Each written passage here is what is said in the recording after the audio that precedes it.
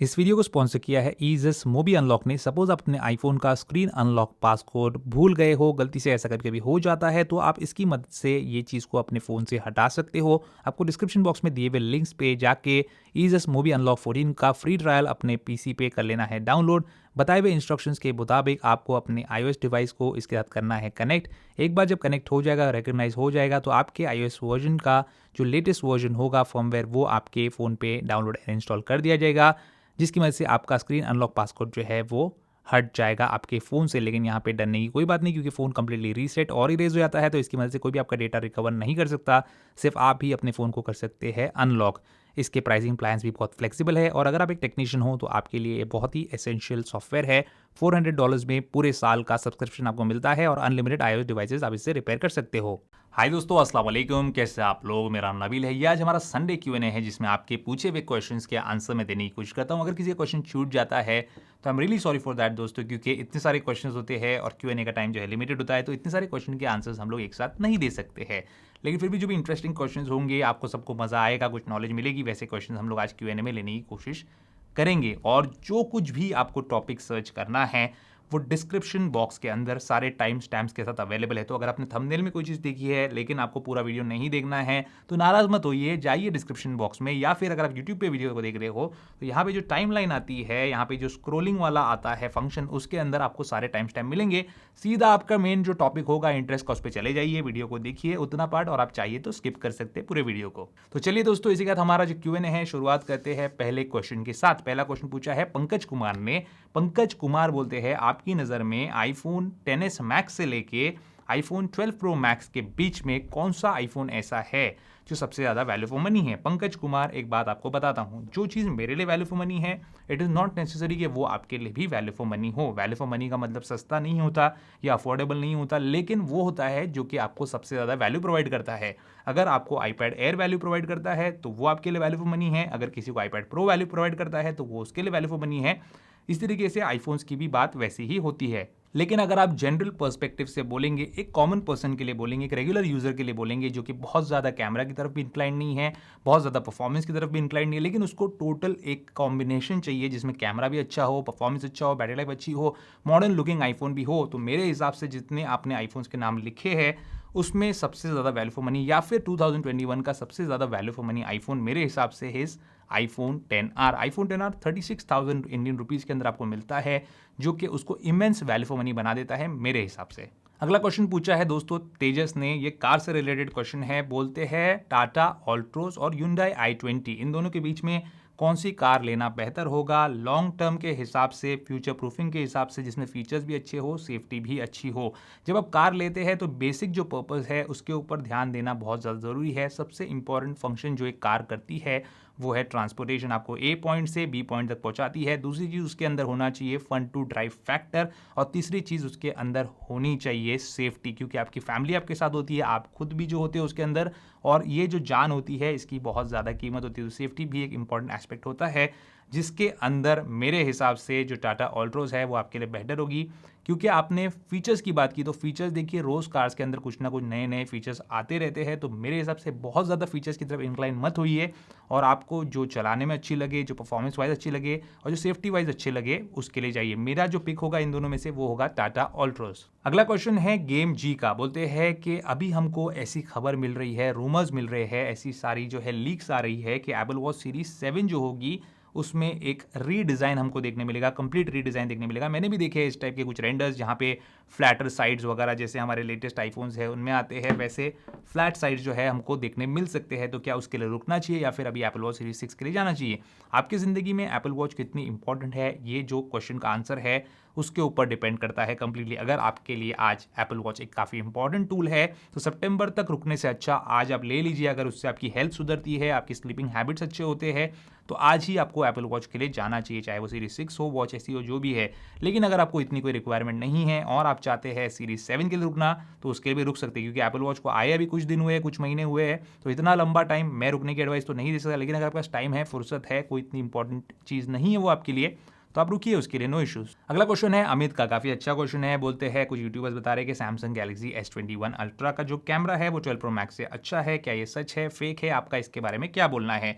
देखिए, हर जो यूट्यूबर होता है वो जब कुछ एनालिसिस करता है, आपको एक वीडियो बना के बताता है, तो उसके अंदर बहुत सारे फैक्टर्स होते हैं, जैसे कैमरा के अंदर पोर्ट्रेट मोड के photos, selfies, rear facing camera से रेगुलर फोटोज, उसके बाद आपकी स्लो मोशन वीडियो है, टाइम लैप्स वीडियो है, रेगुलर मोड के अंदर आपकी वीडियो रिकॉर्डिंग है, 4K वीडियो रिकॉर्डिंग है, स्लो मोशन वीडियो रिकॉर्डिंग है, अल्ट्रा वाइड में वीडियो रिकॉर्डिंग है, टेलीफोटो जूम कैसा है, जूमिंग कितना अंदर कर सकता है, मैक्रो मोड है। तो हर एक का अलग अलग एस्पेक्ट होता है दोनों फोन्स को जज करने का। और ये जो दोनों फोन्स है 12 प्रो मैक्स और S21 अल्ट्रा, ये बहुत ही ज़्यादा अच्छे, महंगे और बेस्ट फोन्स है आज की तारीख में। एंड्रॉयड के अंदर वो बेस्ट फोन है और आईफोन्स के अंदर ये बेस्ट फ़ोन है। तो यहाँ पे जो कैमरा परफॉर्मेंस है वो दोनों का ही टॉप नॉच है, लेकिन उसके अंदर भी जैसे मैंने आज एक वीडियो देखा मिस्टर हुज द बॉस का, उन्होंने एक बहुत अच्छा कैमरा कंपैरिजन किया है इन दोनों फोन्स के बीच में, तो उन्होंने बहुत सारे फैक्टर्स बताए और ओवरऑल जो विनर है वो उनके हिसाब से S21 अल्ट्रा है। लेकिन उन्होंने जो फैक्टर्स के बीच में कंपैरिजन किया और जिन फैक्टर्स को आईफोन के अंदर अच्छा बताया, मुझे ऐसा लगा एज अ कंज्यूमर के मेरे लिए वो फैक्टर्स ज़्यादा इंपॉर्टेंट होंगे, जैसे पोर्ट्रेट मोड के अंदर सेल्फीज और रियर फेसिंग कैमरा से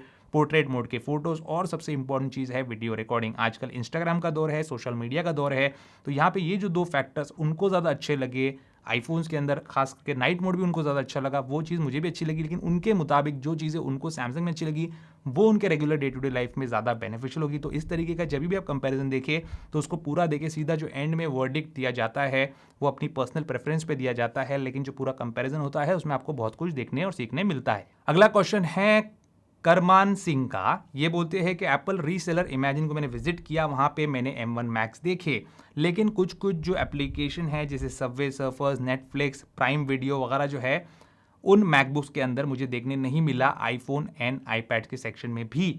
तो क्यों ऐसा कर रहे हैं डेवलपर्स, ये सारे एप्लीकेशंस जो है क्यों हटा रहे हैं मैकबुक M1 के ऐप स्टोर में से? देखिए, मैकबुक M1 का जो ऐप स्टोर है उसके अंदर जब कोई आप ऐप सर्च करेंगे तो आपको दो ऑप्शंस मिलते हैं, एक मैक का ऐप स्टोर मिलता है, एक आईपैड iOS का ऐप स्टोर मिलता है। लेकिन यहाँ पे सारे एप्लीकेशन तो नहीं, कुछ एप्लीकेशन डेवलपर्स अपने एप्लीकेशन जो है हटा रहे हैं उस स्टोर से। उसका वजह ये है कि those applications are not optimised for MacBooks. सीधी सिंपल सी बात है।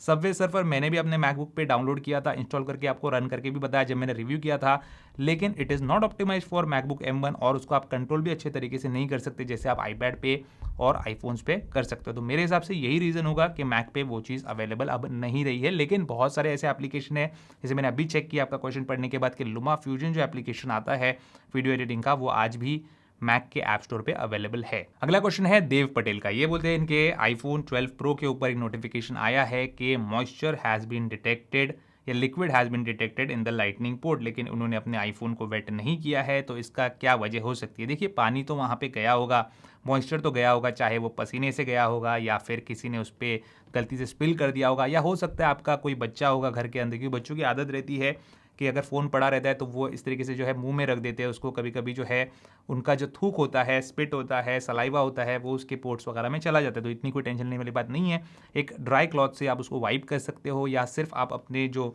माउथ है या फिर आपके पास हेयर ड्रायर होगा उससे स्लाइडली आप उस पर ब्लो कर सकते हो, हवा जो है वहाँ पे डालने से वो चीज़ बाहर आ जाएगी, जो भी मॉइस्चर रहेगा। अगर आपको लगता है नहीं कुछ ज़्यादा प्रॉब्लम लग रहा है तो सिंपली आप क्या कर सकते हो कि कुछ टाइम के लिए जो चावल होते हैं उनके अंदर, जो कच्चे चावल होते हैं, राइस होता है, उनके अंदर कुछ टाइम के लिए रख दीजिए, वो ऑटोमेटिकली सारा मॉइस्चर जो है वो सक कर लेंगे आपके फ़ोन में से। अगला क्वेश्चन है जग्गी या जैक्सी, या मुझे पता नहीं, मैं इनका नाम तो नहीं पढ़ पा रहा, आई एम रियली सॉरी, लेकिन इनका क्वेश्चन ये है कि मुझे मैकबुक लेना है, इसमें कोडिंग वगैरह करनी है, एंड्रॉइड स्टूडियो चलाना है, तो क्या मुझे 16 इंचेस वाले M1 के लिए रुकना चाहिए प्रो के लिए, या फिर अभी जो मिल रहा है उसको ले लेना चाहिए? अच्छी डील कहाँ मिल सकती है और मैकबुक के साथ साथ एक्सेसरीज कौन सी लेनी चाहिए? देखिए, जग्गी मैं आपको बोलूँगा, मुझे नहीं पता आपका नाम क्या, सॉरी मैं नहीं उसको प्रोनाउंस कर पा रहा हूँ, बट यहाँ पे जो मैकबुक है उसके लिए आपको 16 इंचेस वाले के लिए रुकने की कोई ज़रूरत नहीं है, क्योंकि जो आपका रिक्वायरमेंट आप बता रहे हो उसमें मेरे हिसाब से मैकबुक एयर या मैकबुक प्रो M1 जो है वो भी सफिशेंट है। और एक्सेसरीज़ की अगर हम बात करें तो आपके लिए सबसे इंपॉर्टेंट एक्सेसरी होगा किसी भी मैकबुक यूज़र के लिए, वो है कि USB हब, जो कि आपके मैक के साथ भी चल जाएगा, आईपैड प्रो या आईपैड एयर के साथ भी चल जाएगा। ये USB टाइप C को लेकर जो है मल्टीपल पोर्ट्स में डिवाइड कर देता है, तो यहाँ पे आप बहुत सारी चीज़ें कर सकते हो, ये सबसे इंपॉर्टेंट एक्सेसरी है। उसके अलावा अगर आपके पास ऑफिस या घर का इस टाइप का कोई डेस्क सेटअप है, जैसे मेरा पीछे रखा हुआ है, तो आप जो है इस टाइप का LG का मेरा जो मॉनिटर है वैसा आप ले सकते हो।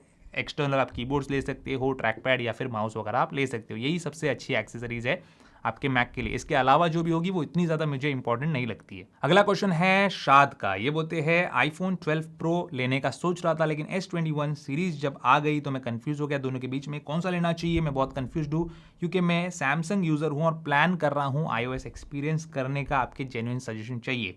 जेन्युइन सजेशन में देता हूँ आपको। शायद आप जब सैमसंग यूज़र है और मुझे ऐसा लगता है क्योंकि आप सैमसंग के फ्लैगशिप सीरीज़ के लिए जा रहे हो तो आप पहले से सैमसंग के फ्लैगशिप यूज़र होंगे, तो मेरे हिसाब से आईफोन 12 प्रो आप अभी मत लीजिए। पहले आप कोई और सस्ता आईफोन लीजिए और उस पर iOS जो है वो ट्राई करके देखिए, चाहे वो सेकेंड हैंड हो, चाहे वो आईफोन 6s हो पुराना 8-10 हज़ार में आपको कहीं मिल जाए, वो लेके आप ट्राई करके देखिए और उसके बाद आप जो है स्विच कीजिए आईफोन के ऊपर। क्योंकि देखिए जैसे कार्स होती है वैसे ही फोन्स भी होता है, खासतौर पे iOS और एंड्रॉयड, ये दोनों ही कंप्लीटली अलग सेगमेंट्स है। जो आईफोन यूज़र होता है वो हमेशा आईफोन पे अपग्रेड करना चाहता है, जो एंड्रॉयड यूज़र होता है वो एंड्रॉयड पे अपग्रेड करना चाहता है। कुछ लोग होते हैं जो क्रॉस प्लेटफॉर्म स्विचिंग करते हैं, लेकिन कभी कभी उनका एक्सपीरियंस ख़राब भी होता है। मैं बताता हूँ कैसे। अगर सपोज आपके पास एक स्पोर्ट्स कार है और आपने डिसाइड किया कि मैं लग्जरी कार के लिए जाऊं, तो जब लग्जरी कार के लिए जाते हो तो आपको उसमें स्पोर्ट्स कार वाली फीलिंग नहीं आएगी। लग्जरी कार का अलग मज़ा होता है। लेकिन अगर आप अपने दिमाग में ये एक्सपेक्टेशन बना के चलते हो, आपको ये जो है दिमाग में बना के चलते हो कि नहीं मैं जब लग्जरी कार में जाऊंगा तो उसको भी मैं स्पोर्ट्स कार जैसे भगाऊंगा, उसकी हैंडलिंग, उसकी ब्रेकिंग सारी चीज़ स्पोर्ट्स कार जैसी होगी।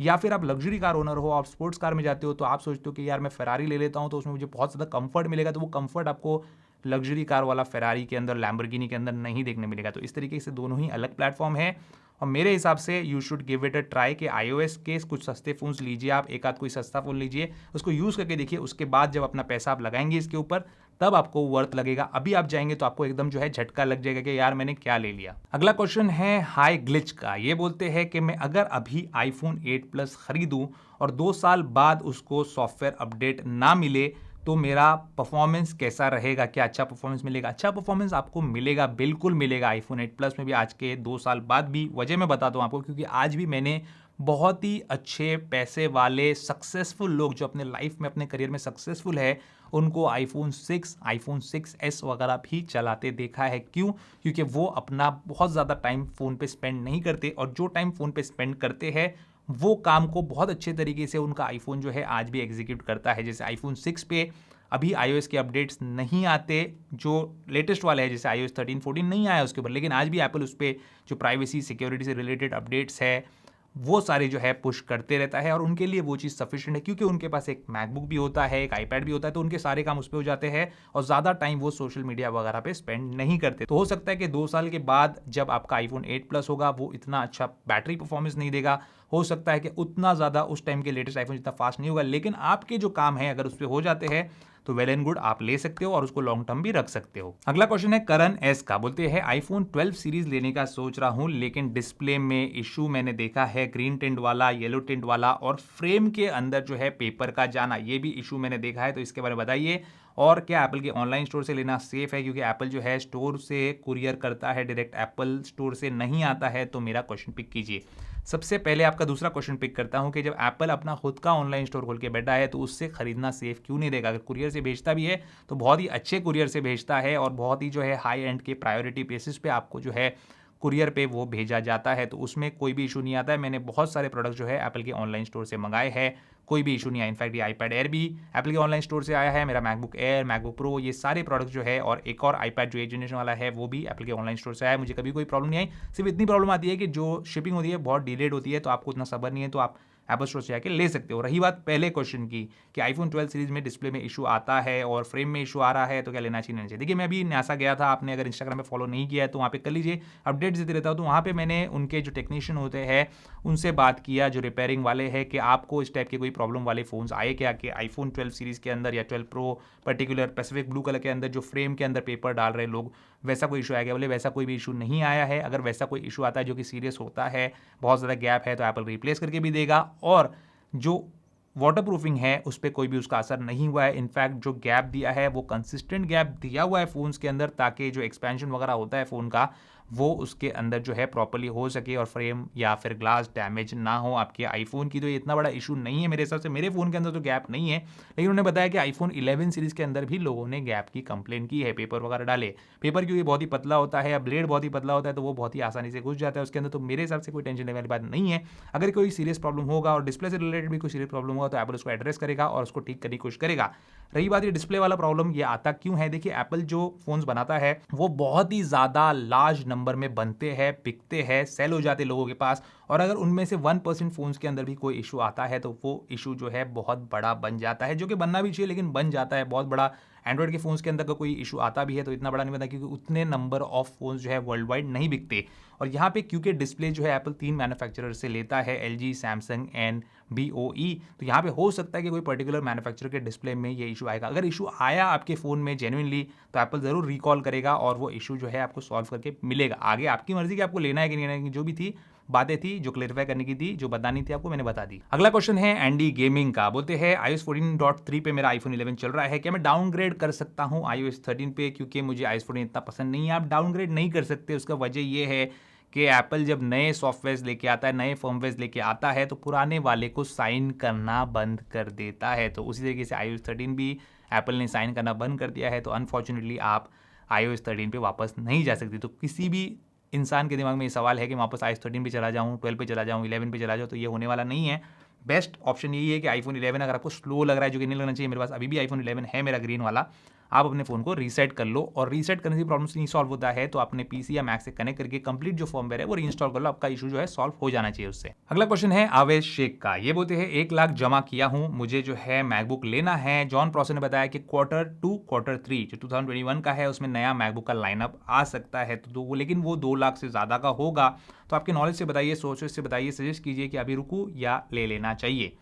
देखिए आवेश, मैं आपको बताता हूँ, बहुत ही सिंपल सा आपका क्वेश्चन का आंसर है। अगर आज आपको ज़रूरत है कोई चीज़ की, आपको अगर आज काम है अपने मैकबुक से, जैसे मैंने ये वाला मैकबुक जो लिया था M1 वाला, इसके पहले मैंने 2020 में ही इंटेल वाला भी मैकबुक खरीदा था। उस टाइम पे बहुत लोगों ने मुझे बोला कि यार तुमने क्यों ले लिया, अभी तो M1 वाले आने वाले हैं, तुमने पैसे वेस्ट कर दिए, अभी तुम्हारा जो है नुकसान हो जाएगा। मुझे कोई फ़र्क नहीं पड़ता, क्योंकि मेरा काम है वो, मुझे एक तो प्रोडक्ट रिव्यू करना था, उससे मुझे जो इनकम होनी थी वो तो होनी थी, और प्लस मुझे एडिटिंग के लिए मैकबुक लेना ही था, मुझे उस पर स्विच करना ही था, मुझे उस पर शिफ्ट करना ही था, क्योंकि ये आईपैड पे एडिटिंग और फ़ोन पे एडिटिंग मेरे लिए काफ़ी इनकन्वीनियंट हो गई थी, क्योंकि मेरे पे लोड ज़्यादा बढ़ गया था। तो अगर आपका भी काम मेरी तरह है, जहाँ पे आपको आज के तारीख में मैकबुक लेने की ज़रूरत है, 1 लाख रुपये आपने जमा किया है, तो आज जाइए और M1 वाले मैकबुक ले लीजिए, आप बिल्कुल भी नहीं पछताएंगे। लेकिन ये बात का ध्यान रखिए कि हर 2 महीने में, 3 महीने में, 6 महीने में, साल भर में कुछ ना कुछ नए प्रोडक्ट्स आने वाले हैं, तो रिग्रेट कभी मत करना उन प्रोडक्ट्स के लिए। अपनी जरूरत के हिसाब से आप डिसीजन लीजिए। अगला क्वेश्चन है हरमीत जट का। ये बोलते हैं iPhone 12 can never beat Samsung S21 Ultra। As you know Apple uses Samsung chipset, you are Apple lover I think, LOL। अरे मेरे भाई हरमीत, अपना जोक क्यों बनाने के लिए आप हमारे कमेंट सेक्शन में आ गए? अभी हमारी सब पब्लिक आप पे हंसेगी ना। ये जो सैमसंग के चिपसेट एप्पल यूज़ करता है, ये कैसा जोक आपने मार दिया, सैमसंग वालों की आपने बेइज्जती कर दी। सैमसंग वाले के हमारे फैन बॉयज़ कैसे हैं? हरमीत ऐसा मत करो। सैमसंग जो है डिस्प्ले बनाता है, क्योंकि वो डिस्प्ले मैन्युफैक्चरिंग भी कंपनी है और बहुत सारे मैन्युफैक्चरर्स को डिस्प्ले सेल करता है। लेकिन एप्पल जो है उसका चिपसेट बनाती है एक कंपनी जिसका नाम है TSMC। तो प्लीज़ आप जब जोक मारते हैं तो ऐसे जोक मारिए कि आपको भी हंसी आए और दूसरों को भी हंसी आए, ऐसे नहीं कि सिर्फ सामने वाले को हंसी आए, क्योंकि हंसी जो है वो आप पे हो जाएगी। अगला क्वेश्चन है रोहित गुप्ता का, और ये सजेशन है और इनका सजेशन मैं मानने वाला हूँ। बोलते भाई Q&A क्यों करते हो जब तुम्हें एप्पल इतना पसंद है? मतलब एप्पल पसंद है तो Q&A नहीं करना है। एक बात बता दूं, एप्पल का इनोवेशन स्टीव जॉब्स के साथ खत्म हो गया। हर साल रेट बढ़ा देता है और वही पुरानी चीज़ें जो है वो दे देता है। तो रोहित गुप्ता साहब का जो है डिसीजन आ गया है, आज से हमारा जो Q&A है वो हम बंद कर रहे हैं। तो अगले वीडियो जो नॉर्मल होंगे उसमें मिलेंगे, इसके बाद हम वीडियो नहीं बनाएंगे, क्योंकि रोहित गुप्ता साहब जो है वो नाराज़ हो गए। रोहित, मैं आपको एक बात बताना चाहता हूँ, हमारा जो दूसरा चैनल है नबील नवाब टॉक्स, ये चैनल का नाम सर्च मत करो, हो सकता है किसी ने फेक चैनल बनाया होगा, मैं डिस्क्रिप्शन बॉक्स में लिंक देता हूँ। कल मैंने वहाँ पे एक वीडियो डाली LG के ऊपर। LG जो इतना इनोवेटिव कंपनी है ना, विंग बना रहा है और क्या क्या बना रहा है, बहुत अच्छी बात है, लेकिन LG के साथ क्या हो रहा है आज के तारीख में, वो जाइए और उस वीडियो में देखिए, आपको समझ में आ जाएगा। जो आप ये इनोवेशन करते हो, आपको आपका आंसर वहाँ पे मिल जाएगा। अगला क्वेश्चन है भूषण का। भूषण भी भाई साहब हमारे सैमसंग के फैन बॉय, कोई प्रॉब्लम नहीं है, वेलकम। सैमसंग S21 के आगे आईफोन 12 कहीं नहीं टिकता। Samsung phones are the best forever. Samsung S21 Samsung ने निकाला 70,000 का, चलिए 60,000 भी पकड़ लो सब ऑफर्स के साथ, लेकिन जो बैग दी है वो प्लास्टिक की दी है। तो किस तरीके से एप्पल टिकेगा सैमसंग के आगे?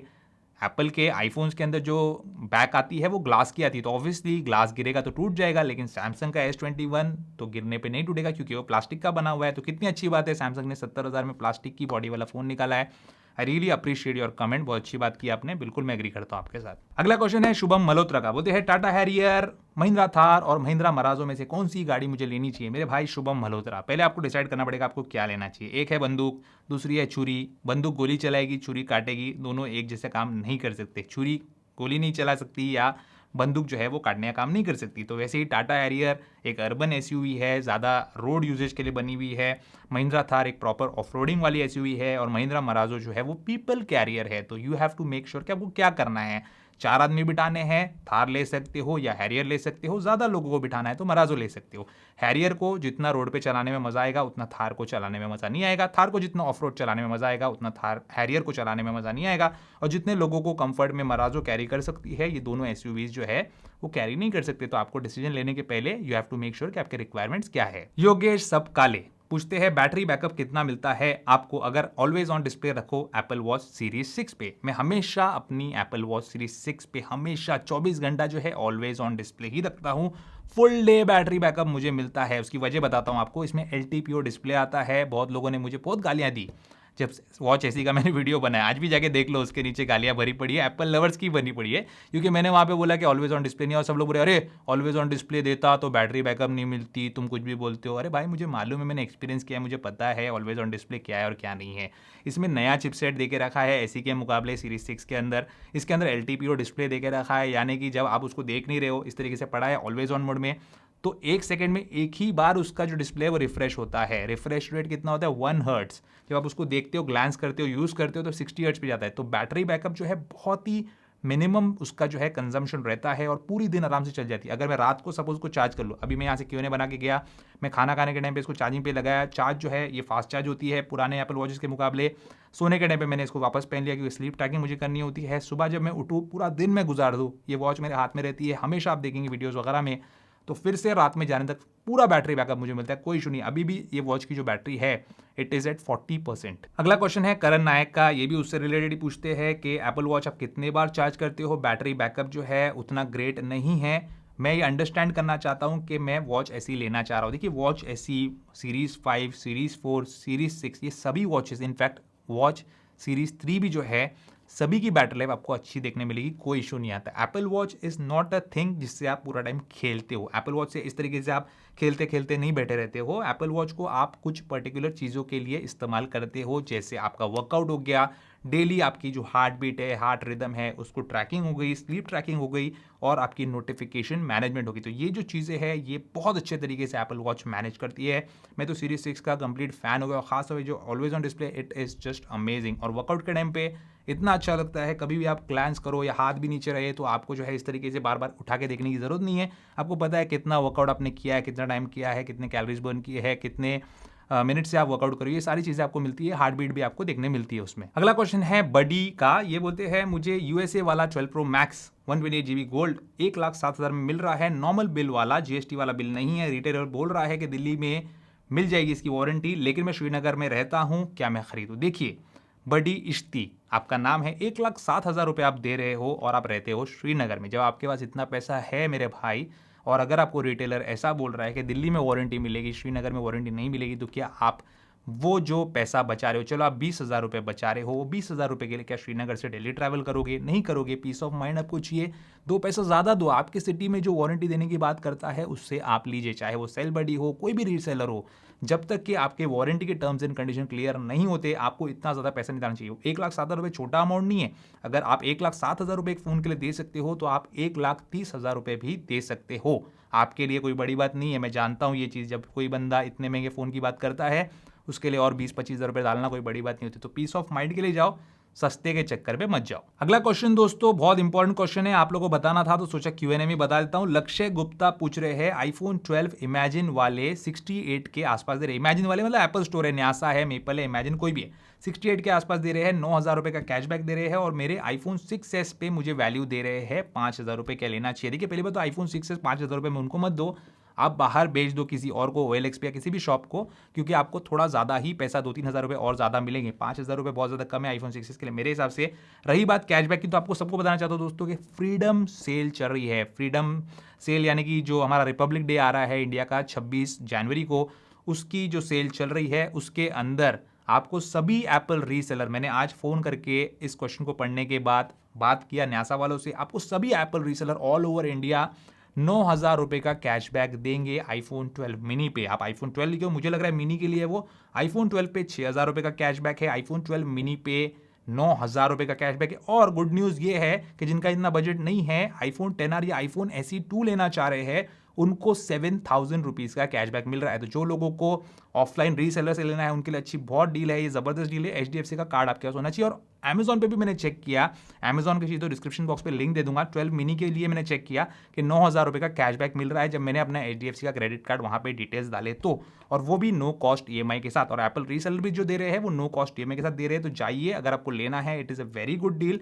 और 12 मिनी भी आपको काफ़ी अच्छे प्राइस में, 10R और SE भी अच्छे प्राइस में मिलेगा। तो 9,000 रुपये का कैशबैक या फिर 7,000 रुपये का cashback plus no cost EMI इसको बहुत ही अमेजिंग ऑफर बना देती है। अगला क्वेश्चन है ध्रुविन शाह का, बोलते हैं your thoughts on the new Toyota Fortuner and Legender. देखिए Fortuner is a very good car, बहुत ही अमेजिंग है, नो नॉनसेंस कार है। मेरे पास भी फॉर्च्यूनर है, it is an amazing vehicle, बहुत ही ज़बरदस्त है, बहुत ही रिलायबल है। उसका जो कॉस्ट ऑफ मेंटेनेंस है इट इज़ नेग्लिजिबल। मेरी वेंटो है फोक्सवैगन की, वो जब मैं देता हूँ सर्विस सेंटर में तो मुझे बिल बन जाता है मिनिमम 13,000 का, और वही फॉर्च्यूनर का बिल बनता है 7,000 से 8,000 रुपये का।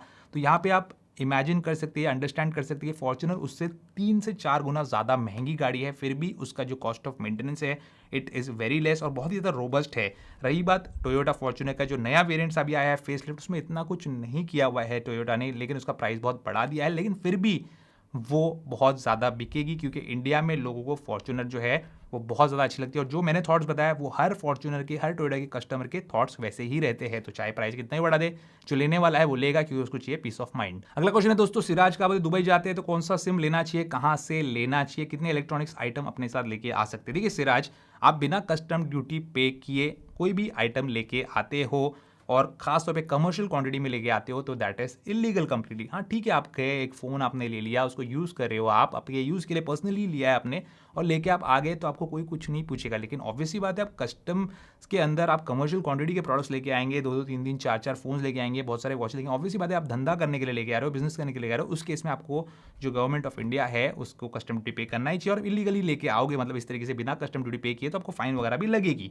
रही बात सिम कार्ड की है, तो सिम कार्ड आपको कौन सा लेना चाहिए, देखिए वहाँ पे डू एक आता है, एक एतिसलात आता है, दोनों में से कोई भी ले सकते हो। लेकिन मेरा सजेशन यही है कि अगर आप जा रहे हो 7 दिन के लिए, 10 दिन के लिए घूमने के लिए, तो आपका जो भी है, जियो है, वोडाफोन है, एयरटेल है, जो भी आप यूज़ करते हो उसका इंटरनेशनल वाला पैक ले लो, वो आपको सस्ता पड़ेगा, बेटर पड़ेगा। इंडिया से कितने भी कॉल्स आपको आएंगे आपको कोई भी रोमिंग नहीं लगेगा, दुबई वाले भी आपको कॉल करेंगे आपको कोई रोमिंग लगेगा, आप दुबई से इंडिया कॉल करेंगे या दुबई से दुबई कॉल करेंगे आपको कोई भी इंटरनेशनल कॉलिंग के चार्जेस नहीं लगेंगे। तो ये बहुत अच्छे प्लान है, लेकिन आप अपने जो नेटवर्क प्रोवाइडर है उससे कांटेक्ट कीजिए और उनसे डिस्कस करके जो भी प्लान आपके लिए सही है वो लीजिए, वो आपके लिए बेटर होगा। मैंने दोनों चीज़ करके देखा, इसलिए मेरा ये पर्सनल एक्सपीरियंस है जिससे मैं आपको बता रहा हूँ। अगला क्वेश्चन है हुसैन पठान वाला का, ये बोलते हैं सैमसंग ने गैलेक्सी बड्स लॉन्च किया, उसको प्रो लगा दिया और बॉक्स में से सब सामान निकाल दिया एप्पल की तरह, तो क्या सैमसंग जो है वो एप्पल जैसा बनना चाहता है? कि देखिए इंडस्ट्री का जो ट्रेंड सेटर है दैट इज एप्पल, स्मार्टफोन की इंडस्ट्री में जो ट्रेंड सेट करता है वो एप्पल है और उसके बाद सारे लोग उसको फॉलो करते हैं, चाहे वो सैमसंग हो, चाहे वो रेडमी हो, चाहे वो रियलमी हो, कोई भी हो। आप देखेंगे वीवो के अंदर भी पहले जो ओएस आता था, अभी वीवो ने काफ़ी अपग्रेड किया, ओएस को अच्छा बनाया है, लेकिन पहले जो ओएस आता था वो पूरा आईओएस का कॉपी था। तो इस तरीके से Apple is the trend setter और जो भी लोग उसको फॉलो कर रहे हैं उसमें सैमसंग भी एक प्लेयर है। हालांकि सैमसंग के फ़ोन्स उसका जो डिज़ाइन है वो एप्पल का कॉपी नहीं रहता, लेकिन कुछ ना कुछ चीज़ें ऐसी होती है जो ट्रेंड सेट करता है एप्पल, जैसे बॉक्स में से उसने सब चीज़ें निकाला तो सैमसंग ने उसका मजाक उड़ाया, बट अभी दे आर फॉलोइंग इट और हो सकता है लॉन्ग रन में लोगों को वो चीज़ बेटर भी लगे एनवायरनमेंट के हिसाब से या कोई भी चीज़ के हिसाब से। अगला क्वेश्चन है वसंत कुमार का, बोलते हैं सैमसंग का 8K वीडियो रिकॉर्डिंग पे आपका क्या कहना है कि आईफोन से बेहतर है? वो देखिए 8K रेजोल्यूशन जो है सैमसंग के कुछ फोन्स में दिया है which is a very good thing, लेकिन कोई भी प्रैक्टिकल यूज़ में डे टू डे लाइफ में it is not at all useful. आप 4K वीडियो रिकॉर्डिंग भी करते हो, 1080 भी करते हो इन फोन के साथ, तो बहुत अच्छी क्वालिटी आती है। 4K is more than enough for day to day use और आपका कोई भी इश्यूज में नहीं आएगा। इनफैक्ट प्रोफेशनल यूज में भी जो चीजें इस्तेमाल होती है उसका रेजोल्यूशन जो है 4K के ऊपर ही कैप्ड रहता है। बहुत ही ज्यादा अगर प्रोफेशनल यूज है, कोई मूवी वगैरह बनाना है तो 8K, लेकिन ये जो सेंसर्स है इतने छोटे से जो स्मार्टफोन्स के अंदर आते हैं, ये प्रोफेशनल कैमरास की जो 4K क्वालिटी है या 1080p भी क्वालिटी है वो भी उसका मुकाबला नहीं कर सकते 8K के अंदर। तो आप लोग ये सिर्फ जो नंबर्स है या फिर ये जो नेमिंग है इसके चक्कर में मत जाइए। ओवरऑल आपको कौन सा बेटर एक्सपीरियंस देता है, बेटर कैमरा क्वालिटी देती है, उसके बारे में सोचिए। और जो चीज़ मैंने भी देखा S21 की अल्ट्रा की जो वीडियो रिकॉर्डिंग और आईफोन की वीडियो रिकॉर्डिंग, उसमें आपको फर्क महसूस हो जाएगा, पता चल जाएगा। हमारे संडे Q&A का जो आखिरी क्वेश्चन है पूछा है विशाल मीना ने, बोलते हैं क्या इंडिया में 5G नेटवर्क आने के बाद दूसरे जो 4G आईफोन्स खरीदते हैं वो वर्थ होगा या फिर 4G आईफोन पर कोई नेटवर्क अपडेट आएगा? आपका क्या कहना है? कोई नेटवर्क अपडेट नहीं आने वाला है। जो 4G वाले फोन्स है वो 5G अपग्रेड नहीं होंगे। लेकिन एक बात का ध्यान रखिए, इंडिया में तो 5G नहीं आया वो दूर की बात है, लेकिन यूएसए में तो 5G आ चुका है। लेकिन फिर भी एप्पल वहाँ पे आईफोन 11 भी बेच रहा है, आईफोन 10R भी बेच रहा है, आईफोन SE2 भी बेच रहा है। और यूएसए में इस टाइम पे सबसे ज़्यादा बिकने वाला आईफोन है आईफोन SE2। आईफोन 12 मिनी नहीं है, 12 प्रो मैक्स नहीं है, 5G वाले नहीं है, 4G वाले ही है। तो किसी भी कंट्री में जब 5G आता है तो रातों रात वो सबके घरों में 5G का नेटवर्क आपको देखने नहीं मिलने वाला है। उसको अपना एक टाइम लगता है, काफ़ी साल का जो है एक टाइम पीरियड होता है, जो कवर करने के बाद पूरे कंट्री के अंदर 5G की नेटवर्क कवरेज आपको देखने मिलेगी। तो टेंशन मत लो, अभी 4G वाला फोन लो, पैसे बचाओ, जब जरूरत होगी 5G पे अपडेट करने की तो 5G के लिए आप जो है उस टाइम पे कोई फोन ले सकते हो। तो ये था दोस्तों आज का हमारा संडे Q&A। और वीडियो के स्टार्टिंग में आपको जो सॉफ्टवेयर के बारे में बताया, जाके चेकआउट जरूर कीजिए। बहुत ही अच्छा सॉफ्टवेयर है, बहुत ही यूजफुल सॉफ्टवेयर है, खासतौर पर कोई टेक्नीशियन है तो उसके बहुत काम की चीज है। तो उम्मीद करता हूं दोस्तों आपको आज का वीडियो पसंद होगा। पसंद है उसको लाइक एंड शेयर जरूर कीजिए और मेरे चैनल को सब्सक्राइब जरूर कीजिए। Good bye.